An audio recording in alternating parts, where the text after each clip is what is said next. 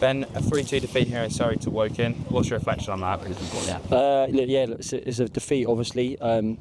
There was certainly the early part of the game was really difficult, where the goalkeeper was putting balls in the box from in and around the halfway line. We had about 3 or 4 in a row, coming in early doors into the game, and obviously it led to the first goal that they got. So it put us on a little bit of a back foot, and we struggled that early doors in the game. And then we grew into it. Obviously got the equaliser a little bit against the runner play. I don't think we was actually at our best in that moment.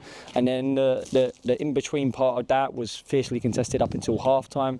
We've come out, smoothed it, got a lot more settled at the start of the second half, and then to find yourself 3-1 down and going into the last minutes. I'm really pleased with Connor obviously getting his goal, but the moment from being 1-1 and then being 3-1 down, one moment of unlucky, Harvey's had to come on at right back because Lingy was struggling and slipped and it's hit him, and then they've got the overload on the side and the lad finished it. And then a bit of quality from one of their players as well, finishing the ball really well, bent into the far corner just as Connor did when he come on for us. So all in all, right now it's a game that I struggle to accept that we lost, but we have to accept it, and we have to say that they've got the 3 points. You mentioned there about Conor Lawless. It was obviously a late goal, so it might not get as much appreciation. But how pleased were you with his impact in the game? He looked like he really changed the game in the attacking sense for us on the Woking side. Well, no, look, Dylan was having really good moments as well, and the attacking players, I think before we got to 1-1, I think they had some chances for them to score, breakaway moments in and around their penalty areas for them to get the goal. But yeah, look, we know Connor's a very good footballer. I really like him as a person, and he's been waiting for his opportunity. Took it fantastically well, and it was another lad that was at Luton for them, Jaden, that's come in and scored one with his left foot as well. Very good technique finishes from both of them. Obviously for them to go 3-1 up, and obviously for us to get it back to 3-2. But the moments of quality from both players. And you mentioned obviously Lewis Page came off earlier, and Sam Ling struggling today. Can you give any updates on them, as well as also David Long King not in the squad today, and neither Nick Tavares? Yeah, so Phipsy, the reason we had to rush Innie back, Phipsy done his ankle in the game before that. I think it was the Oldham game.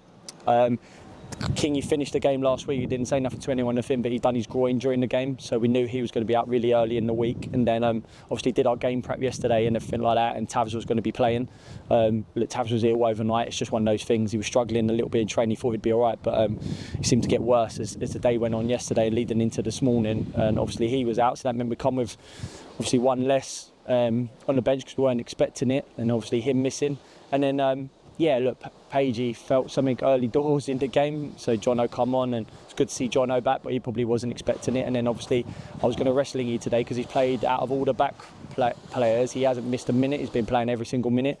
So when I spoke to him yesterday, I was going to start Josh at right back today, and then obviously give him a rest because he's been playing so many minutes. We keep an eye on him. He's been really full throttle for weeks now.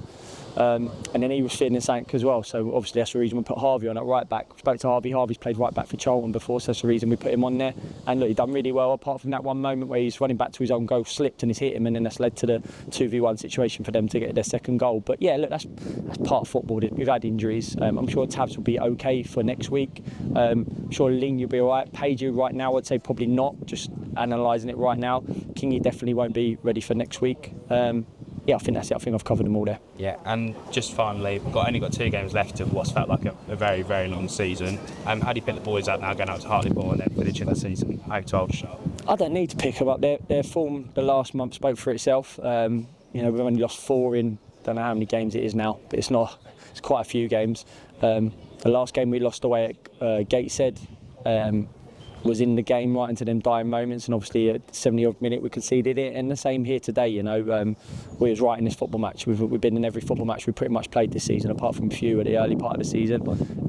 A fair play to Woking for getting the victory, but we just got to move on, ready for Hartlepool next week, and then obviously leading into last game of the season at home to Aldershot. So look, 2 more games, points to be won, disappointment to be had today. But quickly reset and focus on the next one. Like Gateshead game that we lost, we quickly refocused and won the next game, or is it right in the next game? So that's what we've got to do. We've just got to be ready for next week's challenge now.